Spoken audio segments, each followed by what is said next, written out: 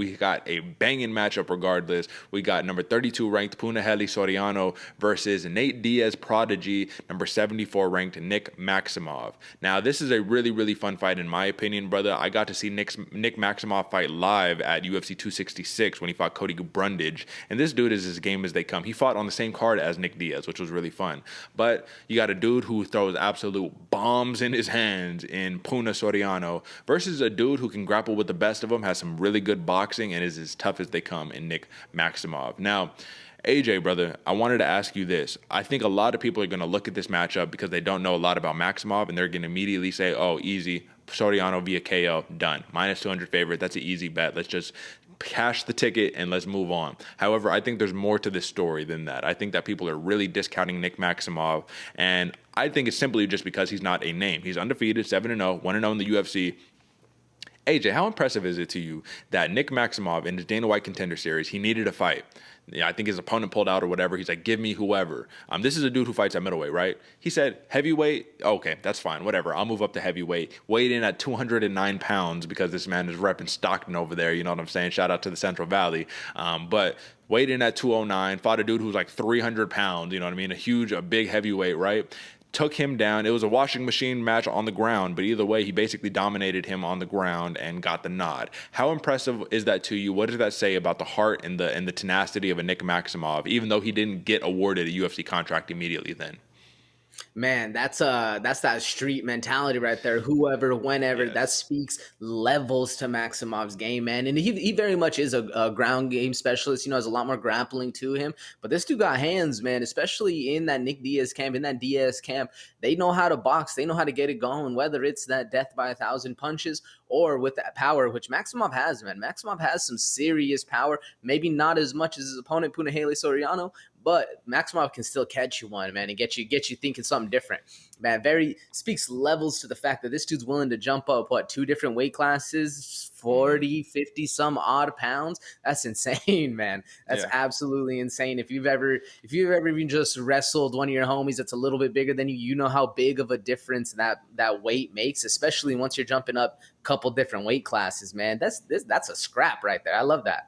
Yeah, brother. So listen, man, I really think that this is one of those fights where it's like, you got to watch out for the dude that you don't know his name. You know what I mean? It's easy to overlook it. Oh, he's only got one fight in the UFC. Okay, easy. No, brother, there's more to it. So AJ, brother, Brendan Allen, he kind of gave us the game plan on how to beat Punahele Soriano in his last fight, right?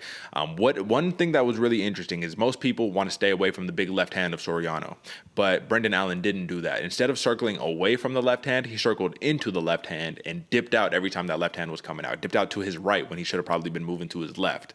So I thought that was interesting that Brendan Allen used his footwork to kind of negate the power of Soriano, used a lot of that head movement, all that good stuff. And the big key right here, something that Maximov does very well that Brendan Allen did, he worked the body relentlessly on Soriano, got him tired, took some steam off of those punches, and ended up getting the nod on it, man. I mean, it just goes to show the testament of Brendan Allen, how skilled he is, but it also goes to show that when Soriano, who lost his O in that fight, he is now 8-1. He was 8-0 at the time. When he can't get that knockout shot, things start getting a little weird, right? But let's not forget, Soriano is also a state champion wrestler and judoka. So this dude got some grappling chops, but Nick Maximov, I think he has the skill set to be able to negate some of that grappling, keep the fight on the feet. I just don't know if he's going to be able to win the war of, you know what I mean, like outgun Punahele Soriano. I think there's very few people in the world that can outgun Punahele Soriano. How do you see this matchup playing out? Is this something that Maximov says, I'm going to take this big boy to the ground the same way I took that heavyweight to the ground, and I'm going to negate that offense? Do you see him playing that Brendan Allen game? How do you see this one playing out visually in your head? Man, I see Maximov playing the ground game, man. I think he goes with what he's best at, gets on the inside, gets a trip, gets a takedown, and keeps the muscle of Punahele Soriano down. That's the biggest thing I have for Puna, man. First note, all capital letters, is the word heavy leather, because that's all you're going to be seeing Punahele Soriano throw. And that's what Brandon Allen was able to see, man. He saw those big shots coming, so he was able to duck under. Even though he was circling to arguably the wrong side, he was able to duck under, see those punches coming, and then work from there. And I think if Maximov does the same thing, he sees those big shots coming, he's able to avoid them, get the takedown, negate the strength that Punahele Soriano has, even though he's a very, very good wrestler. And like you said, a judoka, this dude, he's fallen in love with his hands. even though he does have a very good gas tank for as much muscle as he has, I think Nick Maximov will have the better of the gas tank in this one, where he's able to actually get things going, work the ground pressure, keep it where the fight he wants to be. And I love the fact that Maximov, he has this very nice overhand left. He'll feign a shot and then throw that overhand left. And even if he misses the overhand left, then he actually goes for a second shot, and that's where he can get the takedown. I think Punahele has more power, but I think Maximov is a little bit more crafty, if that makes sense. He sees a little bit more. He can get things going a little bit differently in a kind of an unassuming way or in an awkward way that most people don't see. That's where I think Maximov greatness lies, in those weird transition, in those takedowns, that if he's able to hold him down, I think Maximov has a good shot on this one, man. What do you think?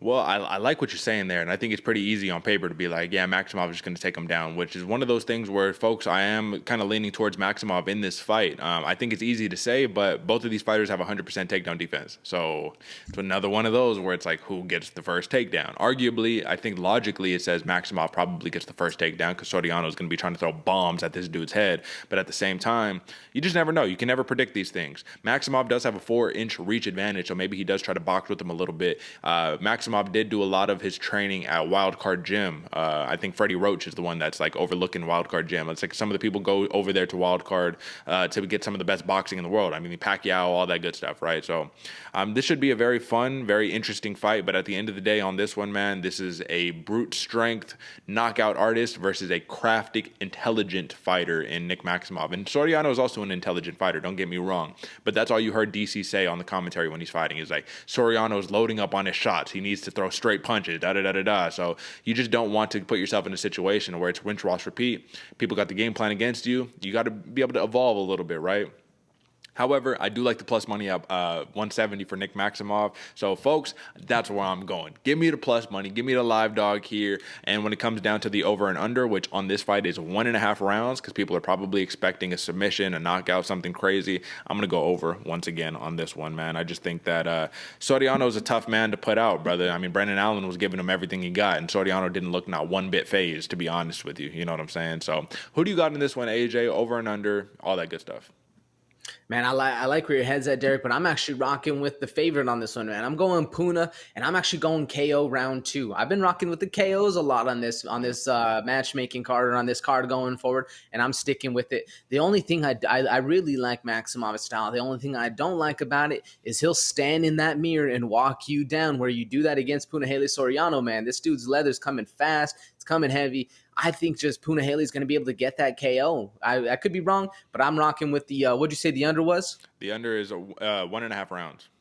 Oh, okay. So I'm rocking with the over. I'm going KO round 2 for Punahele Soriano. I just think he has better hands, and if he's able to stop the takedowns, do a little bit more calculated of a fight where you have Maximov staying in front of you, walking you down, just a recipe for disaster. Unless Maximov can get the takedown, then I see that going a different way. But I'm rocking with Punahele Soriano, KO round 2.